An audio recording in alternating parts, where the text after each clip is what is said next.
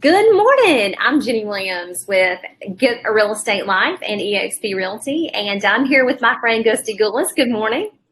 Hey, good morning, Jenny. Every Thursday morning, we come to you live at 9:30 because we are just scouring the country for the best talent and the most interesting businesses to share with you. And today we have a great one. We are so excited that Rob Drum has agreed to join us this morning. Good morning, Rob. Morning. Thanks for having me. No, and you've already had a closing this morning. So talk about when we find talent, when Gusty and I find talent, I mean, where can you get a closing already at, 8:30 a.m. and squeeze in a chance to share some awesome information with other agents. So congratulations. Thank you. And he's about to go to another one. Yeah. And what a better day than Halloween to close as many as you can, right? Well, yeah, and just a standard day for me. Well, there you go. And one of the things I want to point out, if you'll share too, how much over asking price that house went for this morning. It went for $20,000 over the list price. That is fantastic, and that's a happy client, right? Definitely, it's great. So let's talk about that for a second. All right, so you were the listing agent, right? I was. Okay, so what was your strategy to get multiple offers and to get it to that price point? So I think we definitely priced it right. And, when I told her about what I thought the price would be, I kind of gave her a range. And I told her, at the lower end of this range, I think we'll get a pretty fast sale. And she said, yeah, that's what I want. So we priced it that way. And then we ended up getting, I think, 8 or 9 offers within 4 days. And one of them, one of them was significantly higher than the others. I gave all the offers, a couple days to revise higher if they wanted to, like a highest and best situation. And this is actually the second time this year I've had one go over 20,000 above the list price, because I've, I don't just take the best offer. I kind of say, hey, everybody, we've got a couple offers. I'm giving everyone a couple days to bring their highest and best. And usually there's a couple like right in the same range, and then maybe one that's just far and above higher and better for the seller. Sure. Well, it's not necessarily always about the highest offer. It's also about the terms of the offer too. Absolutely. And the other one that I had, they actually went ahead and did their inspection before the highest and best time limit. So it was actually way higher, and inspection contingency was already eliminated. So that one was really good too. Selling agents. I mean, that was a great job on the buyer's agent to be proactive with that.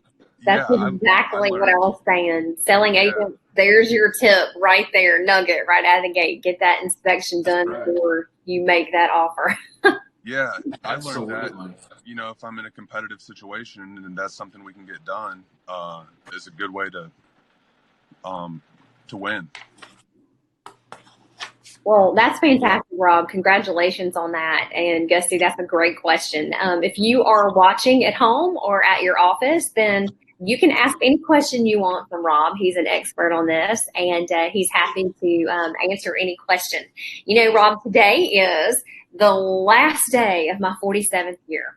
And as we yes, baby, as we get closer to 50 in our world, people are wanting, they ask questions about retirement. They ask questions about passive income. How are we going to take care of our children? How are we going to take care of ourselves as we get older? And you kind of specialize in this, right? Yeah. So that's really a lot of my business comes from working with investors, and helping them to buy properties that are going to cash flow, and that are going to be solid long-term investments, kind of with a look towards retiring at some point. And I also do a lot of that myself, buying and selling for my own portfolio, and building up that kind of retirement income. So I try to live and get as much personal experience in that area as I can and share that with clients. And also, working to start sharing that with agents. Well, that brings credibility, right? And Gusty, I didn't mean to cut you off. You had a question? Yep. Yeah, no. What I think would be interesting to know is, a lot of people that might be watching right now may not have any real estate investment properties or don't know even how to get started, but we might want to kind of give them a few ideas on some of the terminology that investors use. So is there some terminology that you could share that it's important to an investor? Yeah, definitely. So I guess you could kind of start off with, I kind of use some more like, I guess, slang terminology than like the official terms for commercial real estate. A lot of investors are looking for something called the 1% rule, which is, and that's another thing that I do. I honestly use a lot of just rules of thumb in analyzing properties. When you go through and put them in spreadsheets and all that, it ends up just working out pretty much the same over time. So the 1% rule is, if let's say you have a property that's worth 100,000 and it rents for 1,000 per month, that would be 1% of the value is what the rent is. That's easy. Yeah. And so usually in our market, that's going to work out to, after all expenses, including taxes, a budget for maintenance, property management, insurance, it's going to work out to between $100 and $200 per month in cash flow. So that's when, and you have better months and you have worse months, but over the course of a year or a couple years, you should expect to see cash flow returns in that amount. And something that I really think, people can get caught up in that cash flow number because they're looking towards retirement. Right. And you obviously need cash flow in retirement. But the real value and the real, really the real money is made off of everything else. So I look at cash flow as what's going to sustain everything else, which is paying down the mortgage, holding that property as the market appreciates, the tax benefits that you get that can offset even your regular job income. And especially as an agent, you have unlimited expenses for writing off real estate losses, which can be depreciation on your rentals or any of those type of things. So it's really all those other benefits that it's almost, it can be overlooked, but that's where the real benefits are. Right. Well, all of them combined together is a snowball effect. And Exactly. anytime that you can have someone else paying down your equity as you have appreciation and be able to file depreciation, all of it is a magic number. And at the end of the month, still have some money left over. And what is it that Benjamin Franklin always said? I'd rather have 100 people, right, giving me 1% than one person giving me 100%, because we can't rely always on just that one person. So that's the magic of it. My dad had about 200 rentals when I was a kid, and it's a lot to manage and a lot of fun. Before we get back into, though, more of your strategy, Izzy Mosley has a question. Now, she and her significant other, her boyfriend of 5 years, Mitch, they flip properties together, but they want to start buying some rentals, and she wants to know, what is your biggest tip for starting out? Well, honestly, my biggest tip is, if you can, say, buy a property, like a house hacking strategy, and we can go into what that is, or if you can buy like your starter home and then move out and hold it as a rental. That's a really low risk way to get started. And it's actually the first one that I got was from doing that. It was one my wife owned, and we moved out, and we actually were selling it, but the appraisal came in low. So all of a sudden we're real estate investors, and we still own that one. And it's been a really solid rental property. That was my first one also. We paid $24,000 for our very first house in Mississippi, which is hilarious. Got it at a 10.5% and thought I was doing awesome with that. And at the time, and we could not stand living there. We fought the entire time right after we got married. And so after 9 months, we rented that bad boy out. Yeah. We kept it for so many years. We were able to not only have a really good cash flow on it, we refinanced it a couple of times and pulled out those tax proceeds, because when you refinance and pull out the tax proceeds and still have cash flow after your refi, then you are making non-taxable income. And that is the whole key of having a large inventory. So that one was very well, and then made the profit on it when we finally ended up selling it. Now, the issue with this has been in the past couple of years is that lenders would not let you qualify for another mortgage whenever you moved out of your primary residence and turn that into a rental, because they weren't using the income to offset that debt. Guess what, guys? It's changed. I have one right now that I'm closing next month, and Navy Federal Credit Union is actually have an in-house bank loan that they are allowing to do this again. We're going to start seeing this again, and this will open up so many more investment opportunities to people that we have not been able to see over the past few years because of the strict mortgage rules that we've had. So sorry, I was getting a little excited there. This is important stuff. So Rob just like so nonchalantly says like a way to make millions. But it's important. And, Gusty and I get to see it every single day. This is what changes people's lives. And I'm far too impatient to own rentals. And that's why we've sold all of ours. I always want to do a flip and get that money now. But it makes so much more sense to be patient, though, and let it pay off over time, right? Right. Yeah, that's how my wife is, too. She wants to flip everything. And it just doesn't always work out that way. No. So I built my early career on investors, and I have a passion for it, of course, and I've helped a lot of people retire from their day jobs, and ended up gaining a lot of free time on their hands and not knowing what to do with themselves. And I know that I've already sent you some business on a package of 5 houses because this is your expertise. And I have gotten away from that a lot on the cash flow properties, and I knew you would take better care of these people than I could.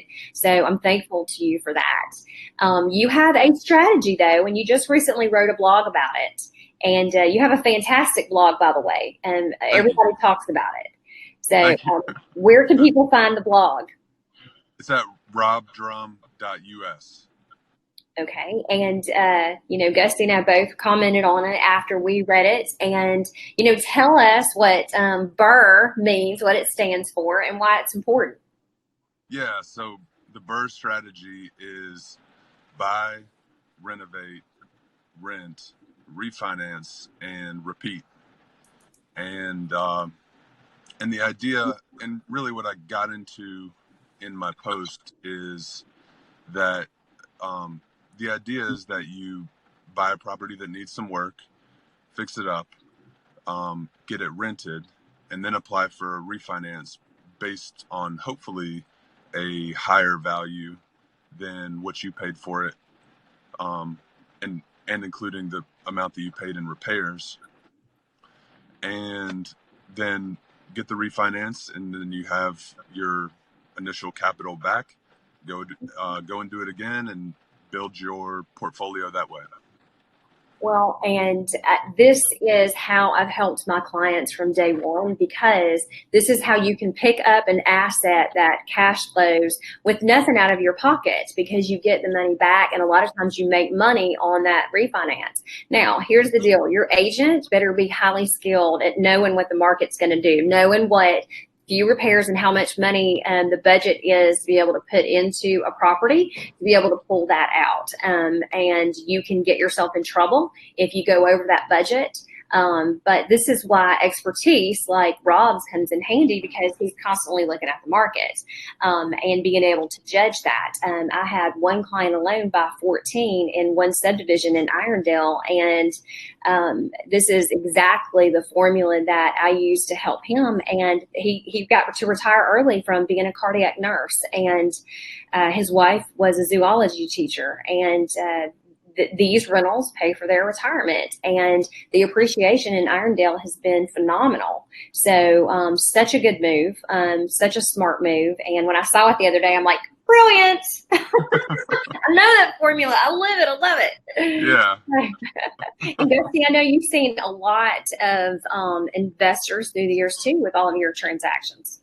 Yeah. One of the early things I did in my career just to build some investors was I created a top 10 deals list, and I used to send that out every Monday, and I was able to generate a lot of eyeballs. I generated a lot of relationships with investors, but I also learned that everybody calls themselves an investor. Yes. And there's there's investors, and then there's investors. There's real ones. But I learned a lot through building that program up, and where I was sending out an email every Monday to about 60 people. And really out of that 60, I found 2 really good ones. Mm-hmm. And so, I think everybody wants to invest in real estate. So, Rob, what do you think, like as an agent, how should other agents handle working with real estate investors? What have you seen as a good strategy? Yeah, and I think there's a lot of truth to what you just said, that it does take some, as an agent and somebody that is running a business, you have to make sure you are using your time wisely, and working with people that are going to eventually buy houses. And I think, so that's part of it. I think it really helps to have some experience of your own. I think that makes investors trust you and feel like you are advising them well for the specific type of properties they're looking for and the specific strategy that they're looking to execute. And I think, so something else that I'd actually like both of y'all's opinion on, having been involved as an agent longer than I have, and through different market cycles, is, what did you see in the financial crisis as far as, there's a lot less homeowners buying, but there were more investors buying. And is that something that kind of you saw agents that were able to work with investors thriving more in that climate? Yeah, I'll tell you for myself is, really I built my business off of the recession. And, I had some great relationships that opened the door for me, that I started working with through the foreclosures. There was a grant that was the Neighborhood Stabilization Project. And so what that allowed was nonprofits to buy properties, renovate them, and use them for their, purposes. And so, I had a contact that put me in touch with the main buyer for our market. And in 1 year, I sold 21 homes to just one nonprofit. So it was huge, because really in 08, 09, I know in 09, we got up to 42, 45% of our sales were foreclosures. And that was unbelievable. Yeah. And so a lot of the people that, I was in the office with, they had no idea what to do. So they were leaning on me because of my foreclosure experience on how to get things to the closing table. And so, I think you've got to be versed in all different aspects of real estate. Foreclosures, luckily we haven't seen short sales in a long time, but, that will probably be something that comes around at some point. But, foreclosures, like some agents are super scared of showing a foreclosure. Foreclosures, in my opinion, are super easy. But I've also seen where just because it's a foreclosure doesn't mean it's a great deal. No. These banks want as much money for their asset as possible. So, but we did see a lot. It was a heck of a market of 40%. Now, it was scary in 2009 for sure. Genny? Well, wealth is made during the downtimes, because when you do have assets that you can take advantage of during the downtimes, unfortunately, that's where you can make a huge difference in market share and in growing your portfolio, because you're ready, because you prepared for it. And I'm looking forward to it, just because I know what it means. I saw the difference that people made during this last one, and I'm excited about it. I almost can't wait till it gets here. Just because it changes everything. Expertise is a necessity at that point, and it becomes more of a necessity, and your expertise will rise, Rob, as well, because you're going to have a lot more people that are serious, that have the money, that can make a difference, that actually can take care of people who need it. We're going to be seeing a lot of desperation that comes soon, and when you're ready, it just ends up being a beautiful thing, and it can skyrocket someone's portfolio. Let's see, we've got 2 questions real quickly. I had all kinds of things running through my head when Gusty was talking. But let's see, what exactly do you watch to figure out what the repairs need to be? So it's really no different than if you're looking at comps for, a home in Mountain Brook or Vestavia, and you're trying to figure out what is this home worth. You really just look at other homes in the area that are renovated and say, okay, they sold for $90,000. They had laminate countertops. Those are old cabinets. They just painted them. They did vinyl flooring. They did gray paint. They left the baby blue tile in the bathroom because it was in good shape, and they painted just a agreeable gray. So you just look at what other people did, and then look at the house you're looking at and say, okay, can we do that? And if we can, it should be worth about the same.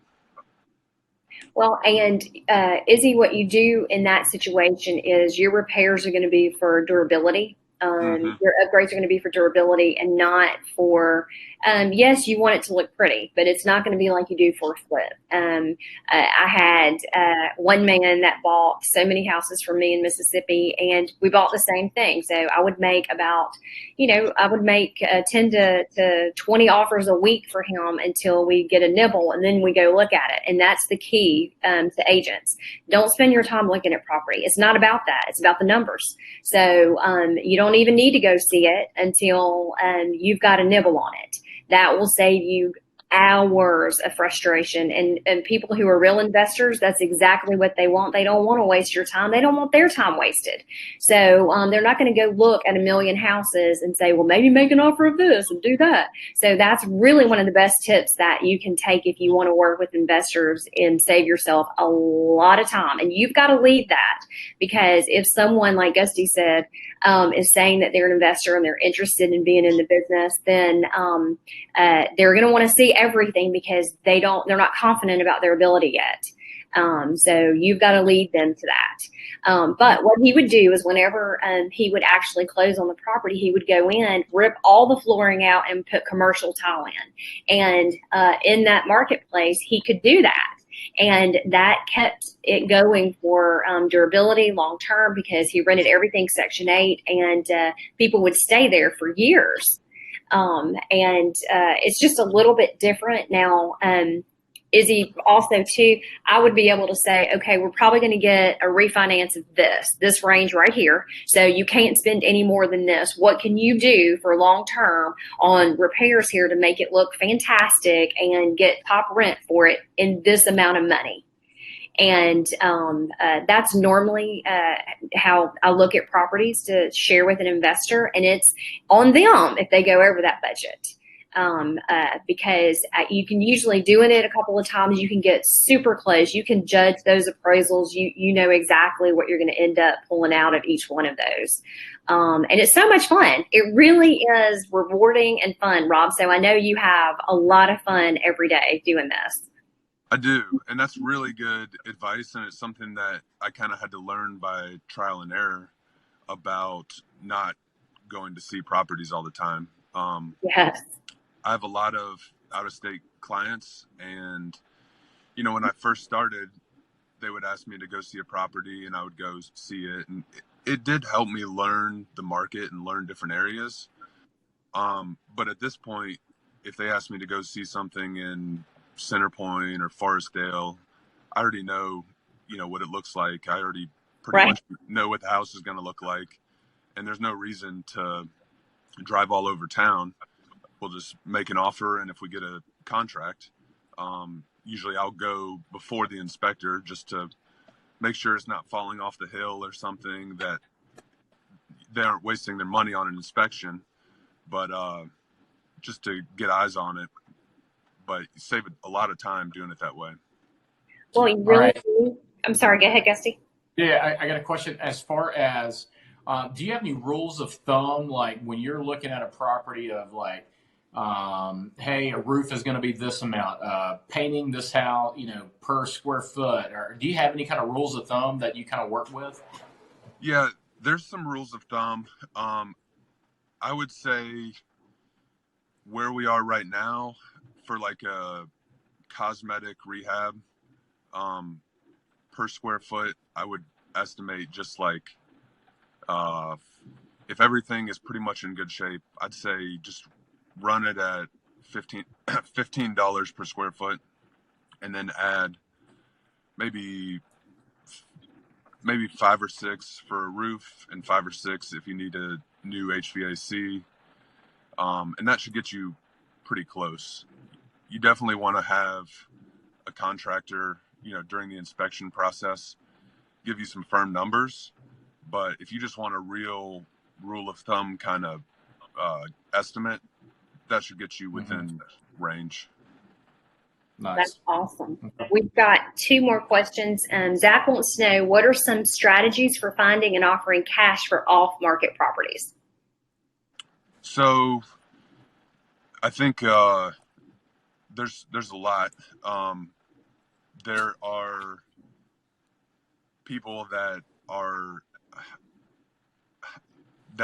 do a strategy called wholesaling, which is essentially getting properties under contract off market and at a discount, as much of a discount as they can get, and then they resell the contract to people who have cash that want to buy and renovate. There's a lot of, buying off market, there's a lot more risks and things that go into it, things that can pop up because you don't have the time to inspect, you don't have the outs that you would have if it was a listed property working with agents. So I don't recommend that to people, especially starting out.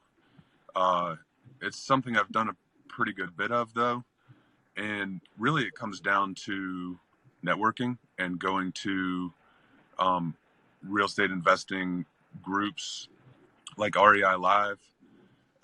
There's a lot of people who do that strategy there, and you can, and even once you meet these wholesalers, it really still comes down to building a relationship and letting them know, here's my numbers, here's what I can pay for it, does that work? And sometimes it won't work for what they've got, and sometimes it will. But you really have to know, you have to be really sharp on your numbers to buy that way. Well, Gusty, I'm sure you get people calling you all the time saying, I don't want to put it on the market, but I will sell this, this, and this. So you probably have a whole list every month of houses that are, what I like to call the secret homes for sale. Yeah. Yeah, we get phone calls, and I know Rob does too. And there's people that are interested in selling, and they're either waiting for the right time, or they're waiting for us to bring somebody. And that's good to have kind of a list of people that will buy with cash. As an agent, you can just, if you get that kind of call, you really should have a couple people in your phone book that you can say, hey, this person wants to sell. They'll take, an investor price. What can you give them? Yeah. Another question that we have is, what are your best sources for refinancing and getting your cash back out of these lower priced homes below traditional 40 to 50,000 range price homes where regular mortgage companies don't want to touch these loans? So I've done them with some of the local banks, Central State Bank, some of the banks that are, I think when I looked at it, it was if they have assets between maybe 400 million and 1.5 billion. That size of bank is going to be more interested in making a loan locally. They'll look at it at a smaller size. I've done them. They're going to be a lot more interested if you have maybe 3+ houses that you can package together to do a little bigger size loan. And it also spreads the risk out for them a little bit. So it's tough. I don't have a really great answer for that. And it's especially tough out of state. It's to get those smaller loans, it's just almost impossible. I don't have a great resource. Locally, I think it comes down to just asking around, talking to a lot of lenders. There's people that'll do it. It's just not always super easy. And Brian, to answer your question too, there are so many people right now that are lending. They're hard money lending right now that they could do 40,000, they could do 50,000, where they couldn't do 100 or they couldn't do 200,000, but they can do this. So I know more and more, I'm meeting more and more people that are loaning money from their IRAs for things like this. So I feel like if you can start a network of people who will lend themselves because they like to make money just on the interest rates, and they don't really want, they just want to hold the mortgage. They don't want to have anything to do with the property or collecting rent. Ooh. So that's part of their retirement plan. And I think that's probably a really good option for people these days. In fact, call Joey Murray, because he'll have a couple of people that will use their infinite banks for stuff like this as well. Yeah. Yeah. Hey, I've got a question for you, Rob. What technology do you use on a daily basis? So, do you use CRM? Talk to us about that.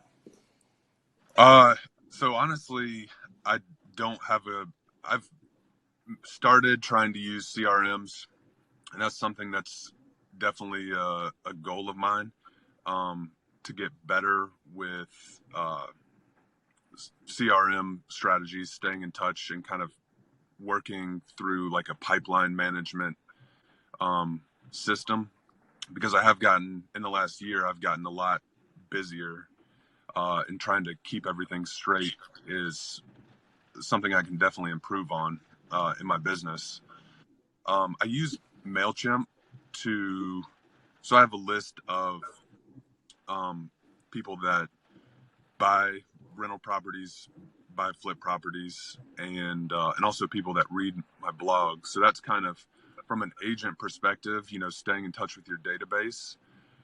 That's really how I've done it, through email and through social media. So I am on social media a lot. I use Bigger Pockets website, which is it's kind of like Facebook for real estate investors. And I've gotten a lot of business from having a presence on Bigger Pockets. And that's a national website, right? It is, yeah. And I mean, it's great for learning any type of real estate investing strategy. There's a lot of agents all over the country on there. I mean, it's a great website to check out and be a part of. All right. What are some of your favorite apps? What real estate or investing? What are some of the apps that you use on a daily basis? So I definitely use like just realtor.com, looking for like quick comps on properties. Like when someone sends me a property, I'll pull it up there, try to see where it is, what the houses around it are selling for. I use honestly the Jefferson County Tax Portal and the Register of Deeds to look at sale prices. I look at who bought different properties. I found private lenders from looking at who made private loans on properties that I saw sell. So I think it's probably my trading background that I like to use those type of resources to dig into who's doing what in the market and kind of building a map of activity. It's helped me a lot in kind of figuring things out in the landscape. Cool. Yeah, and now you have KV Core, so there's your CRM. Yeah, and I'm actually just getting that up and running, and that's one of the reasons that we wanted to make this move to EXP is that I wanted to be around agents who are more organized, more kind of doing things the way people around the country are kind of best practices. So I wanted to be in that environment and pick up really the best practices for being an agent from that. So I'm excited to really tighten up my business from that perspective. Well, I'm excited for you, and I know Gusty is, and it opens up the audience for your investment properties as well. Couple of things I want to address real quickly on what Brian Welch asked a minute ago about financing. Be very careful because we are looking, there is a downturn that's coming. We don't know when. I mean, it could be another 5 years. So I don't want to be the scare tactic person running up and down saying the sky's falling. That's not it. But when you do investments, you do have to be careful on getting commercial loans in a portfolio because they will call them. And many people that I love have been hurt by this because the banks in good times will loan and loan and loan and loan and loan and take care of you and love you and give you tickets to stuff and and make it seem like you can do anything and that you are invincible. And then when times are bad, they call it, and you might not have the money to pay off, 15 rentals that are in one loan. So be very careful about that because lots of people have lost everything with that. So it's just something to look out for. Fannie Mae will let you refinance up to 10. Up to 10 properties. So that's usually going to be your safest bet. If you're not using in-house bank loans, just be careful about how you structure a lot of that. And yes, Izzy, so glad that you're with us, Rob, she says.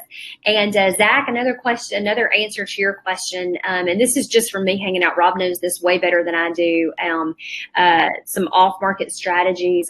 Direct mail is one of the most used ways that wholesalers find off-market deals. It is the pink postcard or the fluorescent yellow postcard. And, I sold one of my rentals that way not too long ago, my last one that I had. And direct mail is huge for people finding off-market strategies. So I knew you would like that. Hey, one of the things I do want to make a point on is at EXP, we are not able to do wholesaling. So, there's other ways around that. We can charge commissions, but we are not actually in the practice of wholesaling. So I just wanted to make that point real quick. Well, how about this? Well, go ahead, Jenny. I'm sorry. No, I was going to say, do you have other questions, Gusty? Well, I was going to say, we had a huge announcement at REI Live a couple of weeks ago about y'all's transition to EXP. So, I know about it, but not me. You've got other viewers on here and other people that are going to be watching this. Why did you and Brian decide to move the brokerage over to EXP? Love to learn a little bit more about that. Yeah. So I was in the process of getting my broker's license. And I was, kind of the plan was to either grow 205 Realty, stay there and grow, or potentially start a brokerage. I looked at, every different option that was out there. And when I saw, it was actually when I saw you move to EXP, and I had seen it before, kind of the business model. And so when you made that move, I gave it a second look and, thought about where we were and what we were looking at doing. And I realized that really with EXP being what it is and offering what it offers, it just doesn't make sense to try to grow a brokerage.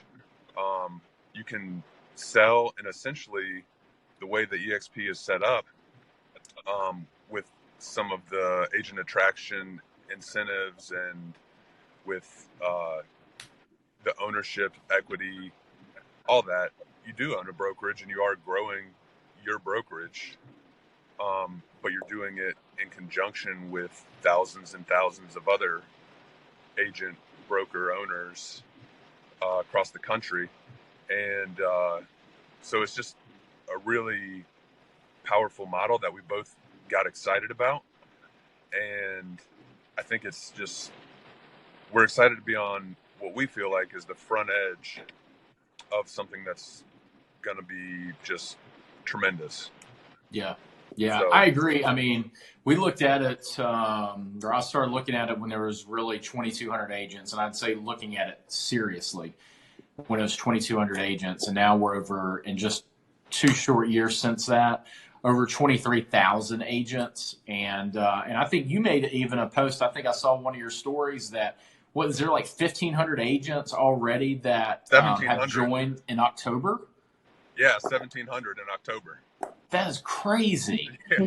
So, and this is obviously globally. It's not just Birmingham, but this is a growth that's not only going globally, but I mean, we're growing. I know we've got some viewers in the Birmingham market. We're growing substantially in the Birmingham market, and there's still a lot of people that I know. There's a lot of people that have a lot of questions that.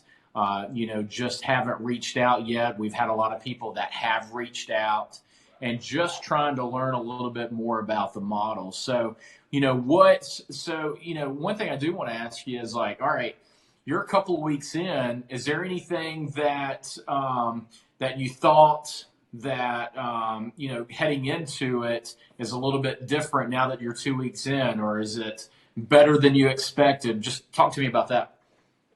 Yeah, I would say, I expected some hiccups on the paperwork and compliance side because I think I had 8 or 9 contracts working as I got switched over.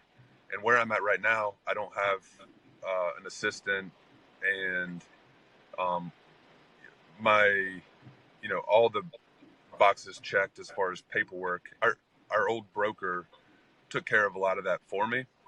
So getting it all switched over, I knew it was going to be a little bit of a process.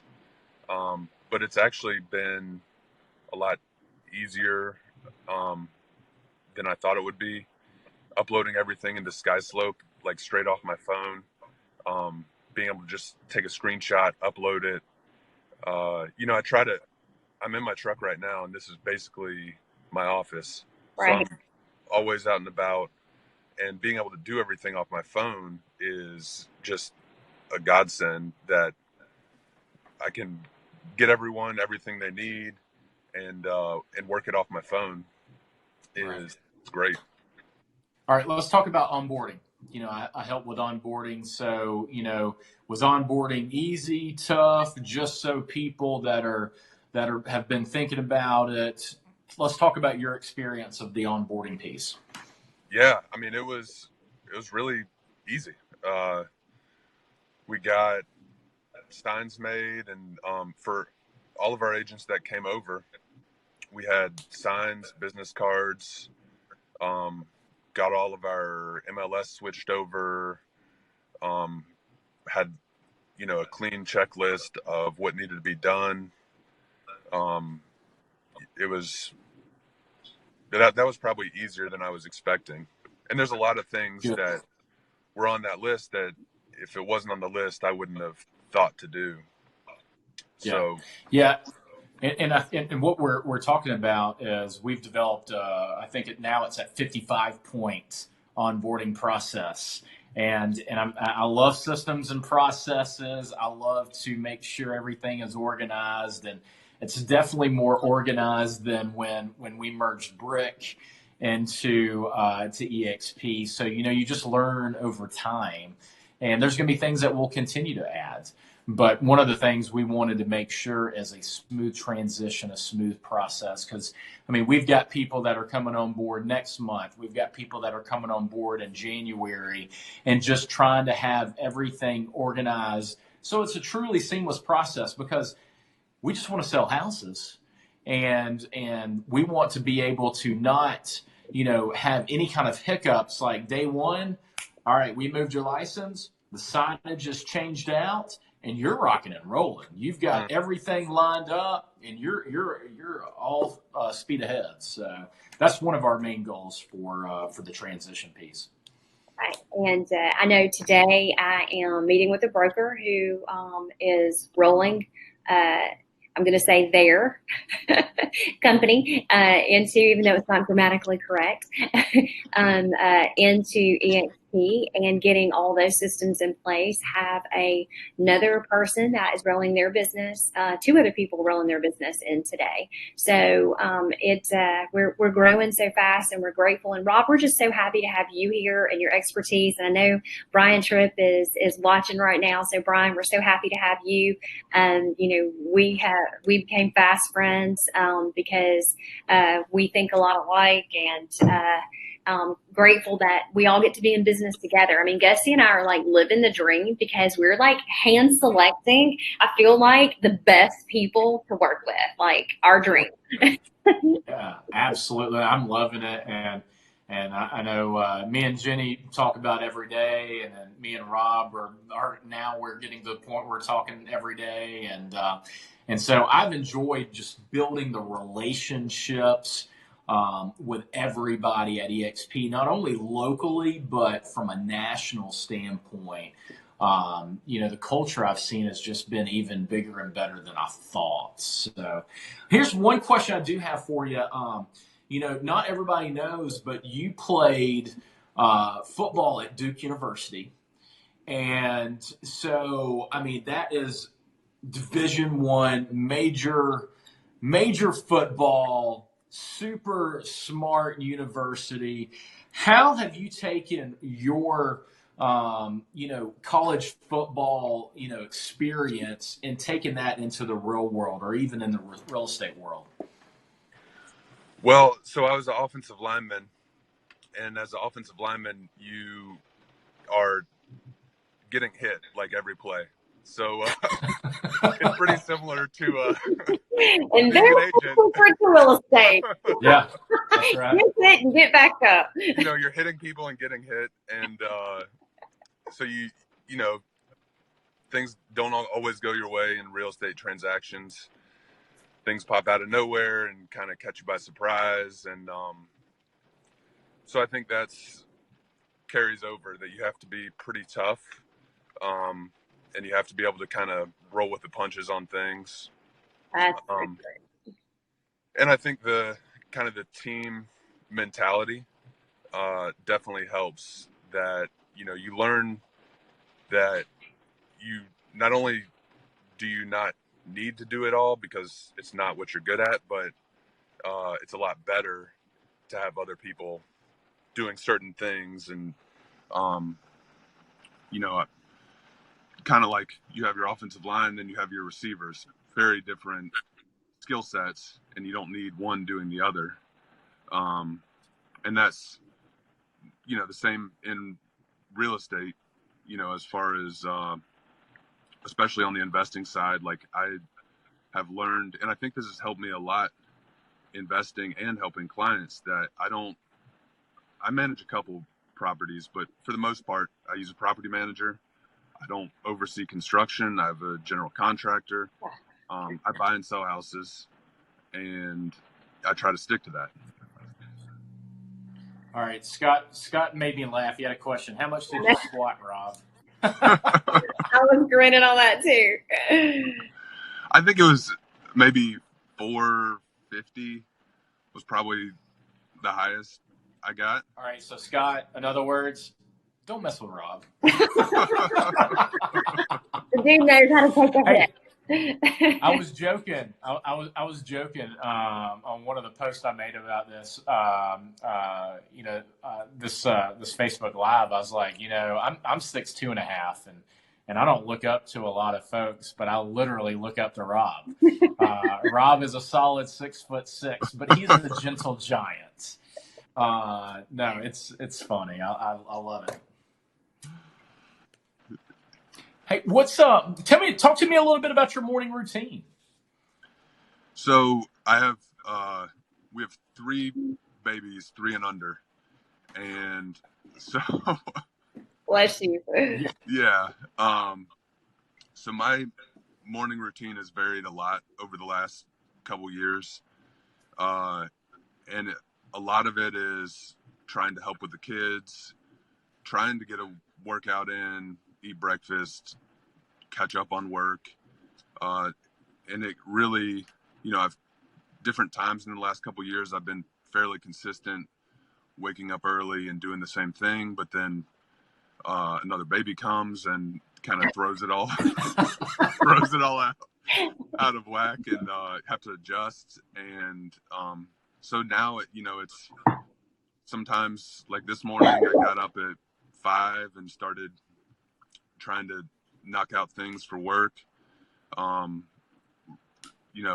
Sometimes if everyone sleeps, I might sleep till 8 and try to catch up on a couple days worth of sleep.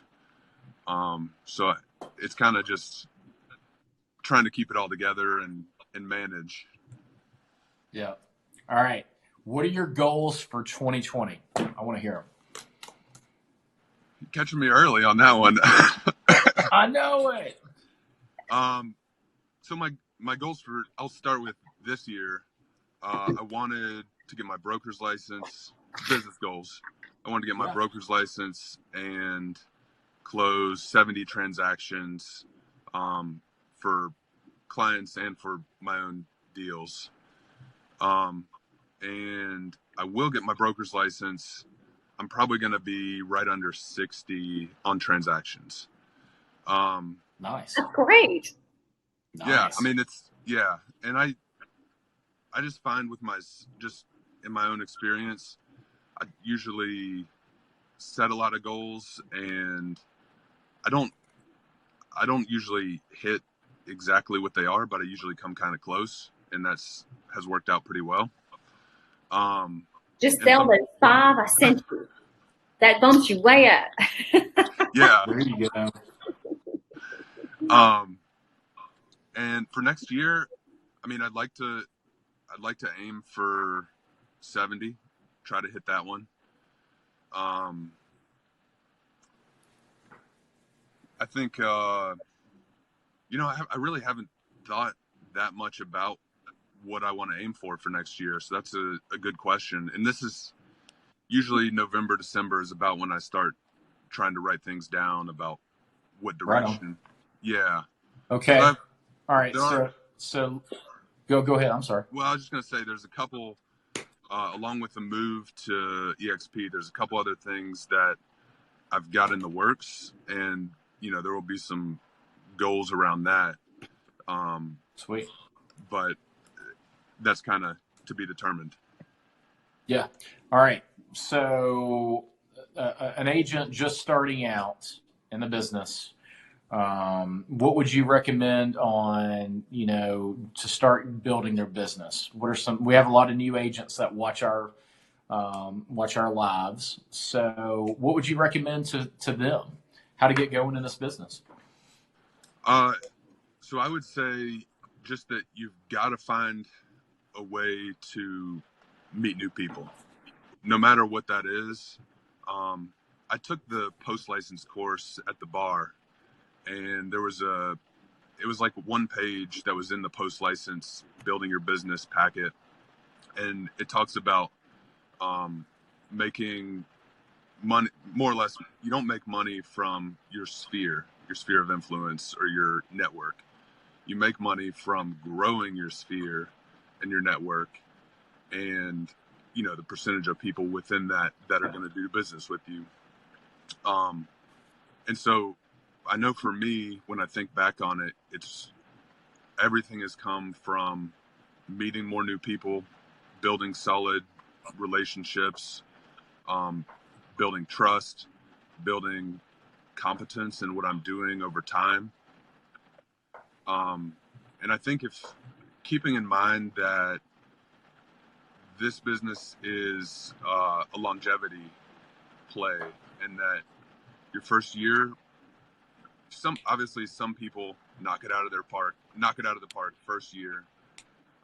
But some people, it takes 2-3 years before they really get cranking, and they end up being some of the top agents around sometimes, just from, listening to really experienced agents who have built great businesses. Sometimes it takes a while. And so that patience and just doing those, whatever it takes to meet more new people, build good relationships, and consistently doing that over time will pay off and get you where you want to go. Perfect. All right, Jen, I think it's about time for us to wrap it up. What do you think? Yes, it is. And I was going to say that we're going to be talking about goals a lot more over the next 2 months. As you may imagine, that Gusty and I are extremely goal-oriented. I live for achievement, not competition, but achievement against myself and what I can actually accomplish every year. And so goals are super important. And Clarence is actually teaching business planning on November 14th. It was great last year, but we're going to even have more and more goal planning sessions and business planning sessions so that we knock out 2020. We got a big goal of 25 by 25, and your 70 transactions are going to be a huge part of that. So we appreciate you, and thank you so much for being here, Rob, and sharing all of this great information. And Gusty, as always, good to see you. Yeah, how can people reach out to Rob? Yeah, really the best way is send me a text or call me, 205-253-8756. I'm always happy to share, any questions you have or, anything that you want my opinion on. I'm happy to share. So investments, EXP, all of it. And absolutely. Remind us the website for your blog. The blog is www.robdrum.us. And that's it. Perfect. All right. Well, we've got a special, like every week we're bringing some fantastic people like Rob today. Next week, we've got a guy by the name of Chad Beasley, and he is the #1 agent in the market, Chelsea, Alabama. And so he is going to be sharing how he built up his real estate business and he could probably be the mayor. He probably could be the mayor. What do you think, Genny? I do know it because I live in Chelsea. He dominates, and I love it. So we're going to learn more about how to take over a city, how to take over a market next week. I hope y'all can attend. Go ahead and log in your calendars and just mark up 9:30 to 10:30 every Thursday. You're going to get good quality information. Thanks so much, Rob, for joining us. And both of you, I hope you have a great day today. Yeah, thank y'all for having me. I enjoyed it. Yeah. See y'all. Take care.